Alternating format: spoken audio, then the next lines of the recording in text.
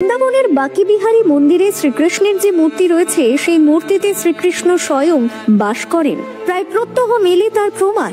ভক্তি ভরে 2 মিনিট এখানে ভগবানের দিকে তাকালেই নাকি ভক্তের সাথে তিনি তার বাড়ি চলে যান। শুনতে অবাক লাগলেও এই ঘটনা সত্যি। জানেন কেন হয় এমন ঘটনা? কি রহস্য রয়েছে বৃন্দাবনের বাকি বিহারী মন্দিরের পর্দার পিছনে? জানুন বাকি বিহারী মন্দিরের প্রত্যেকদিন ঘটে যাওয়া কিছু অলৌকিক ঘটনা সম্পর্কে। গোটা ভারতবর্ষে ভগবান শ্রীকৃষ্ণের যে কয়েকটি অন্যতম জাগ্রত এবং জনপ্রিয় মন্দির রয়েছে তার মধ্যে অন্যতম হলো উত্তরপ্রদেশের বৃন্দাবনের বাকি বিহারী মন্দির। প্রাচীন এই মন্দিরকে কেন্দ্র করে জড়িয়ে রয়েছে বহু ইতিহাস। মনে করা হয় এই মন্দিরে ভগবান শ্রীকৃষ্ণের বিগ্রহের সামনে চোখ বন্ধ করে কিছু চাইলে তা কখনোই বিফলে যায় না। ভক্তদের জন্য এখানে সর্বদাই ব্যাকুল হয়ে থাকেন শ্রীকৃষ্ণ। এমনকি তার কোনো ভক্ত একদৃষ্টি তার চোখের দিকে চেয়ে কাঁদলে ভগবান তার সঙ্গে সঙ্গে তার বাড়িতেও চলে যান। আজ্ঞে হ্যাঁ, ঠিকই শুনেছেন। তাই তো কোনো ভক্তকে এখানে শ্রীকৃষ্ণের বিগ্রহের দিকে তাকিয়ে থাকতে দেওয়া হয় না। প্রসঙ্গত উল্লেখ্য, প্রাচীন এই মন্দিরে শ্রীকৃষ্ণের বিগ্রহ 3টি কোণে বেঁকে অর্থাৎ হেলে রয়েছে, তাই তাকে বাঁকে বিহারী বলে ডাকা হয়ে থাকে।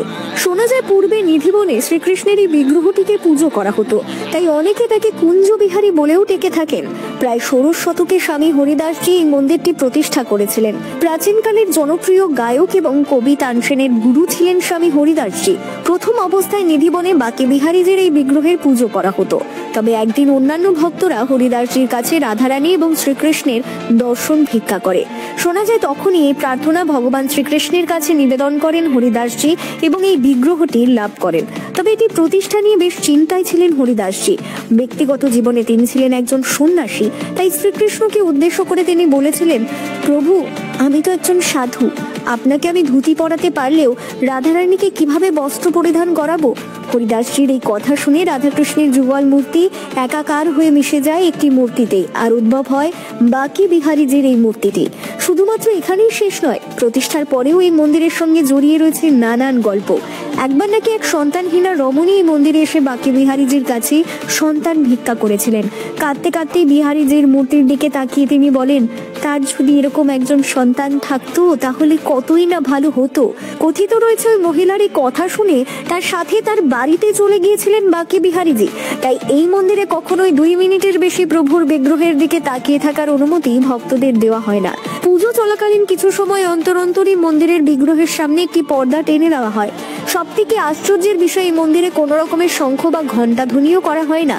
সম্পূর্ণ নির্জন পরিবেশে ভক্তি সহকারে মন্ত্র উচ্চারণ করে বাঁকে বিহারীজির পুজো সমাপন করা হয় মন্দিরে।